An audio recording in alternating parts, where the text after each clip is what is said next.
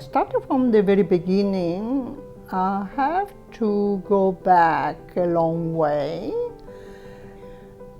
I had left Italy in 1952 for England, and then I found myself in Australia, and at the time I was living in Redcliffe, and I connected to the Dante Alighieri, and I connected to the Italian consulate, and they asked me if I were to help in a scheme, which was a voluntary scheme to teach Italian or help remember Italian to the second generation, to the children of migrants.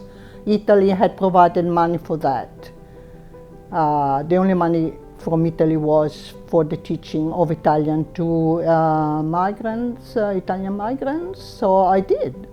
Tried to, and so I connected to them, and actually they were not terribly keen, wanted to learn Italian.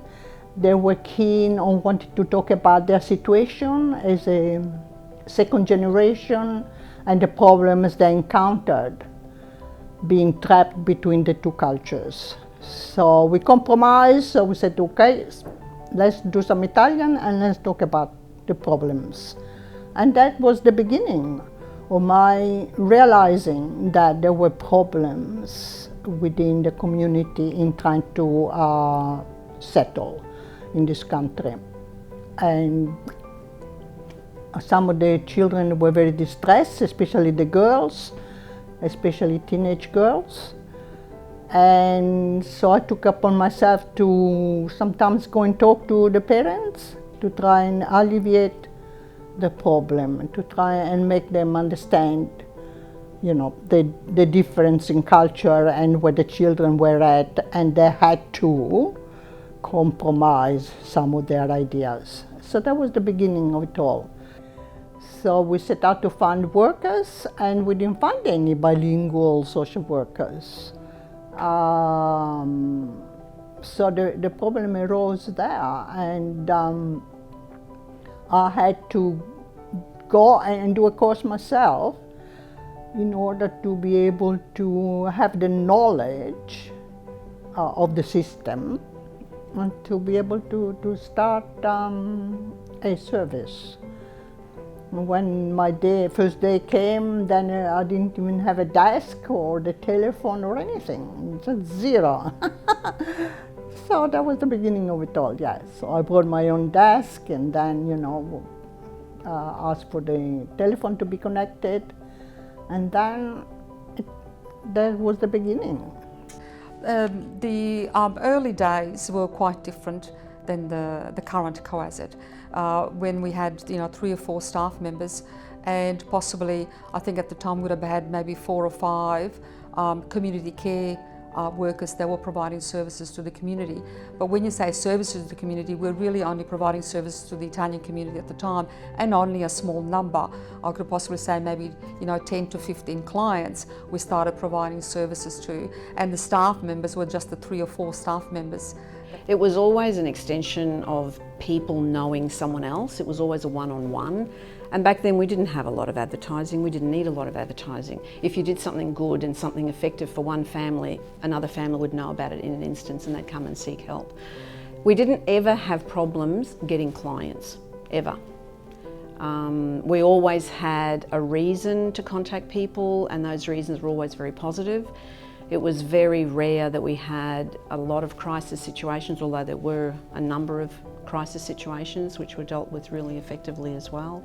It was really just supporting families and individuals in a way that you would in a village setup, and that was really the ethos of our organisation at that point.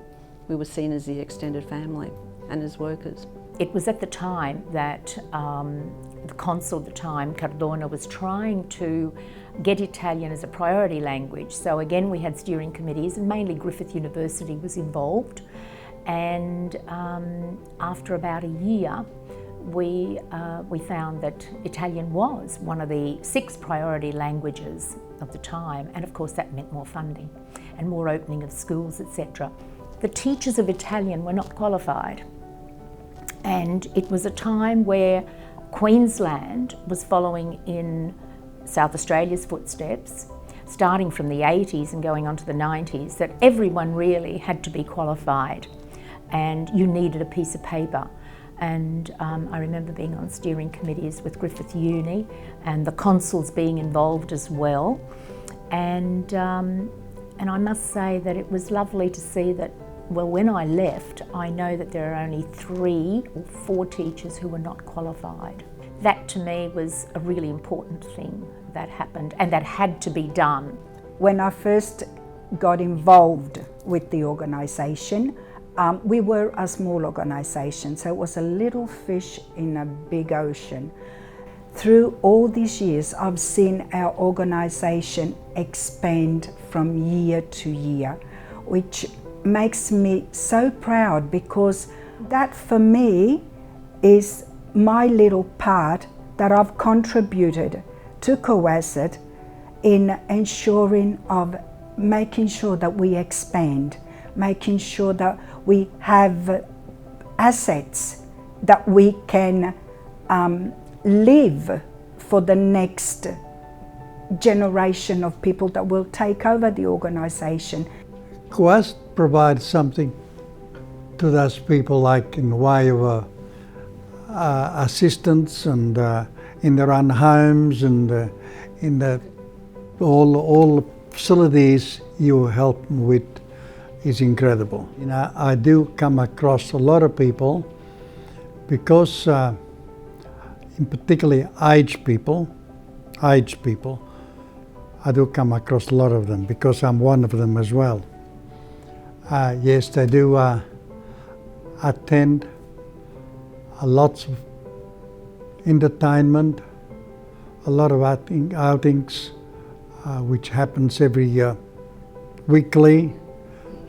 Another one day a week is the Thursday.